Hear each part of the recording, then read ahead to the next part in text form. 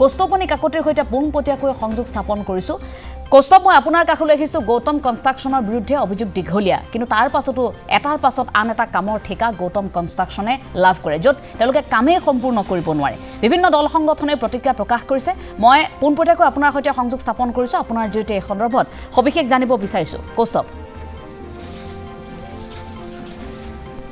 Angela বিগত কেইটামান বছৰ ধৰি সমগ্ৰ ৰাজ্যখনত অতি দৃষ্টিকটুভাৱে এটা বিষয় ধৰা পৰিছে যে গৌতম কনষ্ট্ৰাকশ্যন নামৰ অনা অসমীয়া ব্যৱসায়ীৰ যি ঠিকাদাৰী প্ৰতিষ্ঠান এই ঠিকাদাৰী প্ৰতিষ্ঠানে যদি চিকিৎসালয় নিৰ্মাণৰ ঠিকা ওলায় তেওঁলোকেই লাভ কৰে যদি দলঙৰ ঠিকা ওলায় দলঙৰ ঠিকাও তেওঁলোকেই লাভ কৰে যদি পথৰ ঠিকা ওলায় পথৰ ঠিকাও তেওঁলোকেই লাভ কৰে আৰু প্ৰতিটো লাভ কৰা এই যি ঠিকা এই কামত কিন্তু প্ৰতিটো কামতেই ঘূনে ধৰে বাতৰি ধাৰাবাহিকভাৱে বাতৰি সম্প্ৰচাৰ হৈছে গোলাঘাটৰ পৰা সতীৰ্থ সাৰংগ তামুলীয়ে ধুদৰ আলি নিৰ্মাণক লৈ 3 দিন ধাৰাবাহিকভাৱে বাতৰি সম্প্ৰচাৰ হ'ল কিন্তু গৌতম কনষ্ট্ৰাকশ্যনৰ ওপৰত কোনো ধৰণৰ একশ্যন ৰাজ্য চৰকাৰৰ সংশ্লিষ্ট সেই চৰকাৰী বিভাগটোৱে নললে ইয়াৰ পিছত ধাৰাবাহিকভাৱে বাতৰি সম্প্ৰচাৰ হ'ল যে ডিব্ৰুগড়ত যেতিয়া মুখ্যমন্ত্ৰীয়ে যোৱা ডিচেম্বৰ মাহত দ্বিতীয়খন কেবিনেটত ডিব্ৰুগড়লৈ আহি গৌতম কনষ্ট্ৰাকশ্যনৰ বৰমূৰীয়াক ইয়াত ধমক দিছিল যে 2018 বৰ্ষৰ পৰা আজি পৰ্যন্ত ডিব্ৰুগড়ৰ খনিকৰত থকা যিটো ক্ৰিয়া প্ৰকল্প সেই 139 কোটি টকাৰ ক্ৰিয়া প্ৰকল্পটো গৌতম কনষ্ট্ৰাকশ্যনে কাম আৰম্ভ কৰা আজি 8 বছৰৰ পিছতো শেষ কৰিব পৰা নাই তেতিয়া গৌতম কনষ্ট্ৰাকশ্যনৰ বিৰুদ্ধে 3 দিন ধৰি আমি বাতৰি সম্প্ৰচাৰ কৰিছিলোঁ যে 2018ত যেতিয়া মুখ্যমন্ত্ৰী সৰ্বানন্দ সোণোৱাল আছিল সেই সময়ত তেওঁৰ সদিচ্ছাৰে এই যি ক্ৰিয়া প্ৰকল্পৰ কাম আৰম্ভ হৈছিল তাৰ পৰৱৰ্তী পৰ্যায়ৰ পৰা 2018ত আধাৰশিলা কৰা এই কামটো 2024 ডিচেম্বৰ পৰ্যন্ত কিয় সম্পূৰ্ণ নহ'ল বাতৰি সম্প্ৰচাৰ কৰা হৈছিল তাৰ পিছতো গৌতম কনষ্ট্ৰাকশ্যনৰ ওপৰত কোনো ধৰণৰ একশ্যন নহ'ল মুখ্যমন্ত্ৰীগৰাকীয়ে ধমক দিয়ে দায়িত্ব সামৰিলে আৰু তাৰ পিছত এতিয়া গৌতম কনষ্ট্ৰাকশ্যনক যদি কোনোবাই প্ৰশ্ন কৰে যে ডিব্ৰুগড়ৰ ক্ৰিয়া প্ৰকল্পৰ কাম কিমান সম্পূৰ্ণ হৈছে তেতিয়া তেওঁলোকে কয় 90% কাম সম্পূৰ্ণ এটা 90% কাম সম্পূৰ্ণ হোৱা এই ষ্টেডিয়ামখনৰ যিখিনি ৰ ফুটেজ যিখিনি সঁচা ছবি সতীৰ্থ ৰাহুল মণ্ডলে আপোনালোকক দেখুৱাব আৰু তাৰ পিছত ইয়াত আছু আছে জাতীয় সংগ্ৰামী সেনা আছে দল সংগঠন তেওঁলোকৰ ওচৰলৈ যাম এটা 90% কাম কৰা এই ষ্টেডিয়ামখনত কি হৈ আছে আমি দৰ্শকসকলক দেখুৱাম আৰু তাৰ পিছত এতিয়া যিটো এথলেটিক ট্ৰেকৰ কথা তেওঁলোকে কৈ আছে সেই এথলেটিক ট্ৰেকটো তেওঁলোকে কৈছে 90% কাম সম্পূৰ্ণ হ'ল এটা এথলেটিক এই ট্ৰেকটোত হিল পৰিছেহে মাত্ৰ এবাৰমান ৰোলিং কৰিছে তাৰ পিছত ইয়াত এখন ফুটবল গ্ৰাউণ্ড হ'ব সেই ফুটবল গ্ৰাউণ্ডখনৰ অৱস্থাটো আপুনি চাওক ইয়াত এটা অত্যাধুনিক আন্তঃৰাষ্ট্ৰীয় মানৰ এটা ছুইমিং পুল হ'ব সেই ছুইমিং পুলটো ৰাহুল মণ্ডলে দেখুৱাব অকণমান দূৰৰ পৰা জুম কৰি এতিয়াও সেই যেটো ষ্টেণ্ড আপুনি দেখিছে সেয়া হৈছে এটা আন্তঃৰাষ্ট্ৰীয় পৰ্যায়ৰ ছুইমিং পুল তেওঁলোকে কৈছে 90% ষ্টেডিয়ামৰ কাম হৈ গ'ল 90% ষ্টেডিয়ামৰ কাম হৈ যোৱাৰ পৰিৱেশ হৈছে এইটো পৰিৱেশত আৰু ৰাইজে কৈছে যে আৰু অতি কমেও 4 পৰা 5 বছৰ প্ৰয়োজন হ'ব এই ষ্টেডিয়ামটো সম্পূৰ্ণ কৰিবলৈ আৰু ইয়াত মই নিজে আপোনালোকক দেখুৱাম যে ইয়াত 90% য'ত কাম কৰিছে বুলি কৈছে ইয়াত এইসমূহ হৈছে যেটো এথলেটিক ট্ৰেক যেটো এথলেটে ইয়াত দৌৰিব সেই ট্ৰেকটোৰ অৱস্থা হৈছে ইয়াত মাত্ৰ ইয়াত হিল পৰিছে ৰোলিং হৈছে তাৰ বাদ বাকি ইয়াত কাম একো হোৱা নাই যেটো গ্যালাৰী এবাৰ ৰাহুল মণ্ডলে দেখুৱাব যে ইয়াৰ পৰা যেটো গ্যালাৰী তেওঁলোকে নিৰ্মাণ কৰিছে যোৱা 2018 বৰ্ষৰ পৰা আজিৰ দিনটোলৈকে কামৰ অগ্ৰগতিৰ আপুনি নমুনা চাওক আৰু তাৰ পিছত এই গৌতম কনষ্ট্ৰাকশ্যনক প্ৰতিটো কাম কি মথাউৰি কি হাস্পতাল কি পথ কি দলং সকলো কাম ৰাজ্য চৰকাৰৰ এই বিভাগ কেইটাই কাৰ কৃপাত এওঁলোকে লাভ কৰে গৌতম কনষ্ট্ৰাকশ্যনে লাভ কৰে তাক লৈ আজি ডাঙৰ প্ৰশ্ন উত্থাপন হৈছে যে ডিব্ৰুগড়ত বিলাসীপাৰাৰ পৰা এই যে গৌতম কনষ্ট্ৰাকশ্যনৰ ঠিকনা অনা অসমীয়া এজন ব্যৱসায়ীৰ এই গৌতম কনষ্ট্ৰাকশ্যনৰ ঠিকনা হৈছে বিলাসীপাৰা সেই বিলাসীপাৰাৰ পৰা ডিব্ৰুগড় দেৰগাঁও গোলাঘাট যোৰহাট ইয়াত আনি কাম এওঁলোকক কোনে বৰপ্ৰিয়া পাৰি দিয়ে সেই সকল কোন তেওঁলোক ৰাজনীতিবিদ নে আন কোনোবা দৰ্শকসকলক জনাও যে এই মুহূৰ্তত যেটো মুহূৰ্তত আমি গৌতম কনষ্ট্ৰাকশ্যনৰ এই কামকাজসমূহ দেখুৱাই আছো সেই সময়ত গৌতম কনষ্ট্ৰাকশ্যনৰ দুজনকৈ বৰমূৰীয়া ডিব্ৰুগড়ৰ এজন জনপ্ৰতিনিধিৰ ঘৰত এই মুহূৰ্তত চাহ খাই আছে আৰু তেওঁ ভৰিত ধৰি গৈ তেওঁ কৈছে আপোনালোকে এই বাতৰিটো কাইণ্ডলি বন্ধ কৰি দিয়ক আপোনালোকে এই বাতৰিটো যেনে তেনে আপুনি এই বিষয়টো আপুনি দায়িত্ব লৈ বাতৰিটো বন্ধ কৰক আমি দৰ্শকসকলক জনাও যেনে ধৰণে বুঢ়ীদিহিঙৰ পাৰে জিঅ' বেগ পেলোৱাৰ নামত 214 কোটি টকা হৰলুকি কৰিবলৈ চেষ্টা কৰা যেটো বাতৰি 3 দিন ধৰি ধাৰাবাহিকভাৱে যেনে ধৰণে আমি কৰি আছো কুতুহা আদি অঞ্চলৰ পৰা কুতুহা ভঙামুৰা আদি অঞ্চলৰ পৰা তেনেধৰণে কেৱল গৌতম কনষ্ট্ৰাকশ্যনেই নহয় গৌতম কনষ্ট্ৰাকশ্যনক বৰপীৰা পাৰি দিয়া যিসকল ৰাজনীতিবিদ যিসকল বিশিষ্ট ব্যক্তি তেওঁলোকে কৰি থকা কামসমূহৰো দুৰ্নীতি কেনেধৰণে গৌতমৰ জৰিয়তে কৰিছে বা আন সংস্থাৰ জৰিয়তে কৰিছে সেই বাতৰিবোৰ আমি দেখুৱাম যে কুতুহাত এতিয়া কি হৈ আছে ভঙামুৰাত কি হৈ আছে জাতীয় সংগ্ৰামী সেনা অসমৰ মণিকাঞ্চন তেখেত ইয়াত আহি আছে তেওঁ গোটেই RTIৰ জৰিয়তে তথ্যখিনি ওলাইছিল প্ৰথমতে মই সদৌ ডিব্ৰুগড় জিলা ছাত্ৰ সন্থাৰ আছুৰ ওচৰলৈ মই অকণমান আহিছোঁ এই গোটেই বিষয়টো মই প্ৰথম প্ৰতিক্ৰিয়া আপুনি অকণমান এফালে আহিলে ভাল হ'ব যে গোটেই প্ৰতিক্ৰিয়াটো এইবাবেই আপোনাৰ পৰা ল'ম যে গৌতম কনষ্ট্ৰাকশ্যনক বৰপীৰা পাৰি দিয়া মানুহসকল কোন তেওঁলোকে অসমত কোনো ডিব্ৰুগড়ত আপোনালোকৰ কোনো অসমীয়া ঠিকাদাৰ নাই যোৰহাটত কোনো অসমীয়া ঠিকাদাৰ নাই নে শিৱসাগৰ তিনচুকীয়া মাৰ্ঘেৰিটাত কোনো অসমীয়া ঠিকাদাৰ নাই যে বাৰে বাৰে গৌতম কনষ্ট্ৰাকশ্যনে পথৰ পৰা মথাউৰিৰ পৰা হাস্পতালৰ পৰা স্পৰ্টছ কমপ্লেক্সলৈকে সকলো কাম তেওঁলোকে লাভ কৰে আচলতে খুব দুৰ্ভাগ্যজনক এটা বিষয় যে গৌতম কনষ্ট্ৰাকশ্যনৰ যি এটা কোম্পানী সেই কোম্পানীটোৱে আচলতে এটাৰ পিছত আন এটা তেখেতলোকে কাম পাই থাকে আৰু কাৰ স্বত্বচাত আচলতে কামবোৰ পাই থাকে এয়া কিন্তু মুখ্যমন্ত্ৰীক আমি প্ৰশ্ন কৰিব বিচাৰিছোঁ মুখ্যমন্ত্ৰী আচলতে এই যি গৌতম কনষ্ট্ৰাকশ্যন যি কোম্পানী সেই কোম্পানীটোক আচলতে মুখ্যমন্ত্ৰীয়ে চলাই আছে নেকি তাতো এটা প্ৰশ্ন আছে আজি যোৱা কেইদিনমানৰ আগতে মুখ্যমন্ত্ৰী এই ষ্টেডিয়ামলৈ আহিলে খনিকৰ ষ্টেডিয়ামলৈ আহি কেনে তেওঁ ইয়াত থকা কৰ্মচাৰীসকলক ইয়াত কৰ্মকৰ্তাসকলক ইয়াত ধমকি দি থৈ গৈছে যে কামটো সম্পূৰ্ণ আজি দিনলৈকে 18 চনৰ পৰা যি ইয়াত কাম চলি আছে কামটো সম্পূৰ্ণ হৈ উঠা নাই আচলতে ইয়াত বহুত প্ৰতিভাৱান খেলুৱৈ আচলতে আজিৰ দিনলৈকে কিন্তু বাট চাই কিন্তু আশাৰে ৰখি আছে আচলতে এই ষ্টেডিয়ামটো আজি যোৱা 18 বছৰৰ পৰা 8টা বছৰ আজি উকলি গ'ল কিন্তু আজিৰ দিনলৈকে কিন্তু তেখেতলোকে ইয়াত 50% কাম আজিলৈকে সম্পূৰ্ণ কৰিব নোৱাৰিলে আচলতে কাৰ স্বত্বচায়ত আচলতে তেখেতলোকে এইবোৰ কাম পাই আছে হস্পিটেলৰ কাম পাই আছে তেখেতলোকে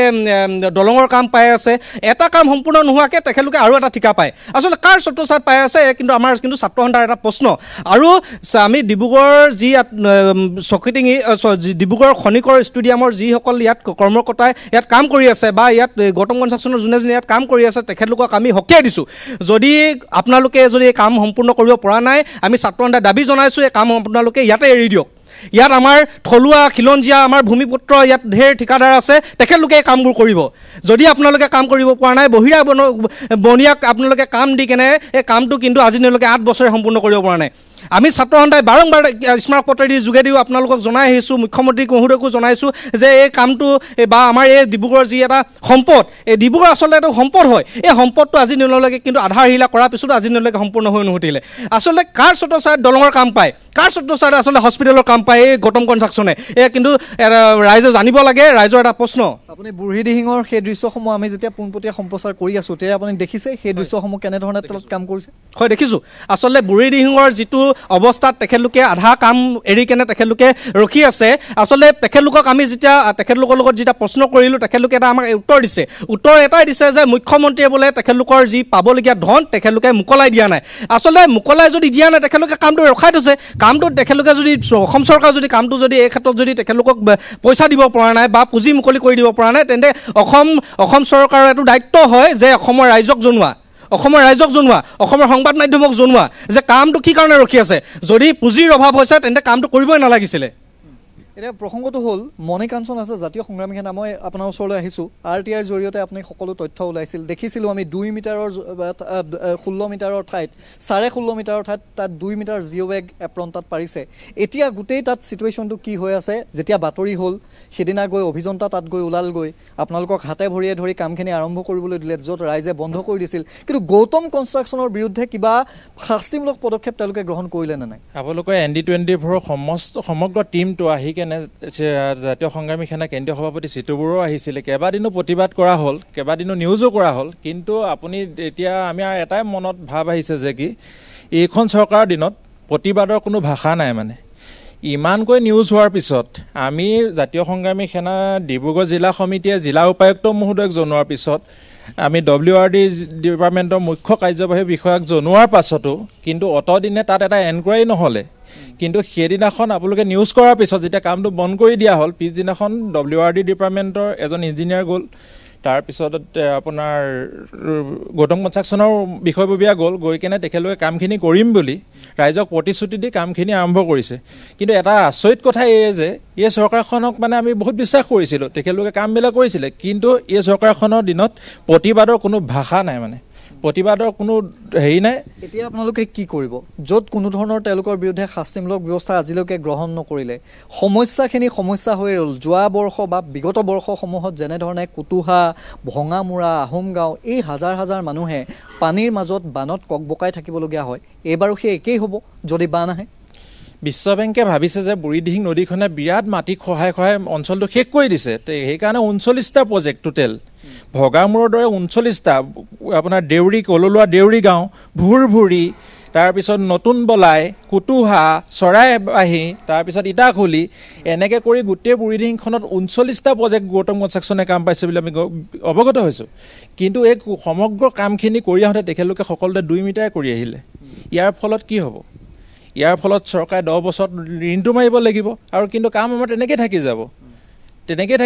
আমাৰ ৰাইজে সিদ্ধান্ত কি গ্ৰহণ কৰিছে? আজি আমাৰ কেন্দ্ৰীয় অসম সংগ্ৰামী সেনা কেন্দ্ৰীয় সভাপতিজনে আমাক পত্ৰযোগে ডিব্ৰুগড় সমিতিক অৱগত কৰিছে। আমি PIL কৰিবৰ কাৰণে আমি প্ৰায় 56,000 টকা কালেকশ্যন কৰা হৈছিলে আমাৰ সতীৰ্থসকলৰ পৰাই। এতিয়া আমি PIL কৰাৰ পৰা বিৰত আছোঁ, কাৰণ এই চৰকাৰখনক আমি ন্যায়ালয়ৰ ওপৰতো আমি সিমানটো আস্থা নাই ৰখা সেইকাৰণে আমি এখন ৰাজহুৱা সভাৰ আয়োজন কৰিব বিচৰা হৈছে। এই ৰাজহুৱা সভাখনৰ পিছতে সমূহ ৰাইজৰ স্বাক্ষৰসহ বিশ্ব বেংকলৈ এই এটা অভিযোগ আমি প্ৰেৰণ কৰিম। তাতো যদি তেখেতলোকে ক্ষান্ত নহয়, আমি ডিব্ৰুগড়ৰ পৰা এটা সমগ্ৰ অসমবাসী ৰাইজৰ দৃষ্টি আকৰ্ষণৰ কাৰণে পদযাত্ৰা কৰি গৈ মুখ্যমন্ত্ৰীক এই ফাইলটো আৰু সকলো ভিজুৱেলখিনি আমি দিবলৈ আগবাঢ়িছোঁ। আজিৰ দিনটোত গৌতম কনষ্ট্ৰাকশ্যনৰ কৃপাত এনেকুৱা এটা পৰ্যায় আহি পাইছে যে ৰাইজে ইয়াৰ পৰা পদযাত্ৰা কৰি ডিব্ৰুগড়ৰ পৰা পদযাত্ৰা কৰি গুৱাহাটীলৈকে মুখ্যমন্ত্ৰীৰ ওচৰলৈ এই ফাইল লৈ যাব। এই সকলোখিনি সমস্যা লৈ যাব, লগত লৈ যাব সেইসমূহ ভিজুৱেলছ, যিসমূহ ভিজুৱেলছ তেওঁলোকে কাম কৰি থাকোঁতে ৰাইজে সচেতন ৰাইজে নিজে কেমেৰাত বন্দী কৰিছিল, য'ত 16.5 মিটাৰৰ পৰিৱৰ্তে 2 মিটাৰ বা 1.5 মিটাৰ জিঅ' বেগৰ এপ্ৰন পাৰি তেওঁলোকে 214 কোটি টকা বিশ্ব বেংকৰ পৰা সৰকুৱাবলৈ জলসম্পদ বিভাগৰ যিগৰাকী অভিযন্তা, ইয়াত কাৰ্যবাহী অভিযন্তা বা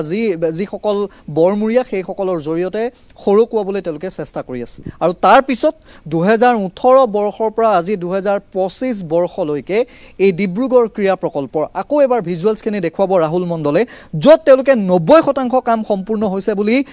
কৈ ফুৰিছে। তেওঁলোকে ক'ব বিচাৰে, তেওঁলোকে প্ৰতিষ্ঠা কৰিব বিচাৰে যে 90% কাম হৈছে। ইয়াত 90%টো বাদেই দিয়ক, এথলেটিক ট্ৰেকৰ 25% কামো এতিয়ালৈকে ইয়াত হোৱা নাই। ফুটবল গ্ৰাউণ্ডৰ এতিয়ালৈকে 15% কামো ইয়াত হোৱা নাই। বাস্কেটবল গ্ৰাউণ্ড আছেই বা বাস্কেটবল কোৰ্ট আছেই, ভলীবল কোৰ্ট আছেই, ছুইমিং পুল আছেই, মাত্ৰ ইনডোৰ ষ্টেডিয়ামখনৰ কিছু কাম কাজ আগবাঢ়িছে। আৰু তাৰপিছত ইয়াত যিসকল ক্ৰীড়াবিদ, সেই ক্ৰীড়াবিদৰ বাবে ইয়াত হোষ্টেলৰ ব্যৱস্থা বা কোৱাৰ্টাৰৰ ব্যৱস্থা ইয়াত কৰাৰ কথা কৈছিল, সেইসমূহ কাম কাজ তেওঁলোকে কৰি আছে। কিন্তু এই কাম কাজসমূহ সম্পূৰ্ণ হ'বলৈ আৰু হয়তো 3 বছৰ আৰু হয়তো 4 বছৰ প্ৰয়োজন হ'ব। কিমান দিন প্ৰয়োজন হ'ব আপোনালোকৰ মতে, আৰু কিমান দিন ইয়াত প্ৰয়োজন হ'ব? হয়, আপোনালোকে দেখিছেই কেমেৰা ইতিমধ্যে আপোনালোকে সংবাদ মাধ্যমৰ থ্ৰুৱেদি অসমৰ ৰাইজক দেখাইছে কাম কাজ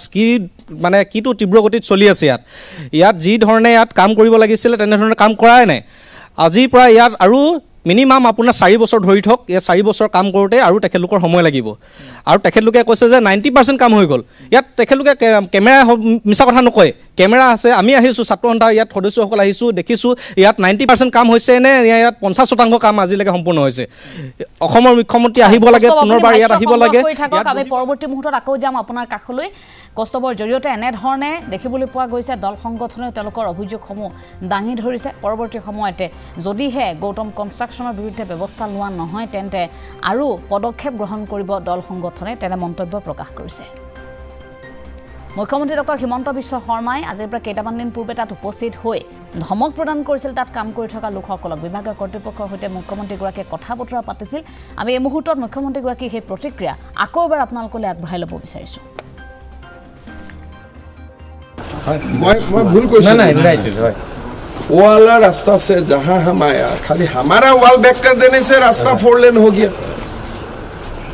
तो सर 50 मीटर रास्ता की पब्लिक है, वहां से वहां तक कितना मीटर है ये हिसाब करो।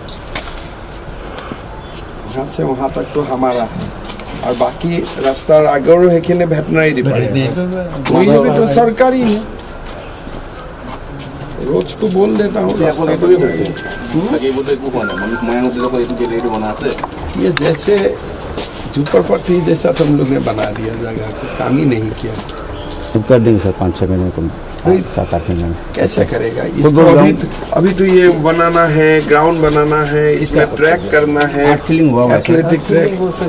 कंप्लीट किया हुआ है तो ये तो तुम लोग का इसमें क्या झमेला क्या हुआ इंजीनियर को কি ঝামেলা হৈ আছে কিহৰ কাৰণে কামটো কিয় হোৱা নাই सर কামটোৰ কাৰণে মানে আমাৰ অকণমান এডিশ্যনেল পইচা দৰকাৰ আছে কিহৰ এডিশ্যনেল পইচা মানে ইয়াতে কামটো প্ৰথম এডপ্ট কৰা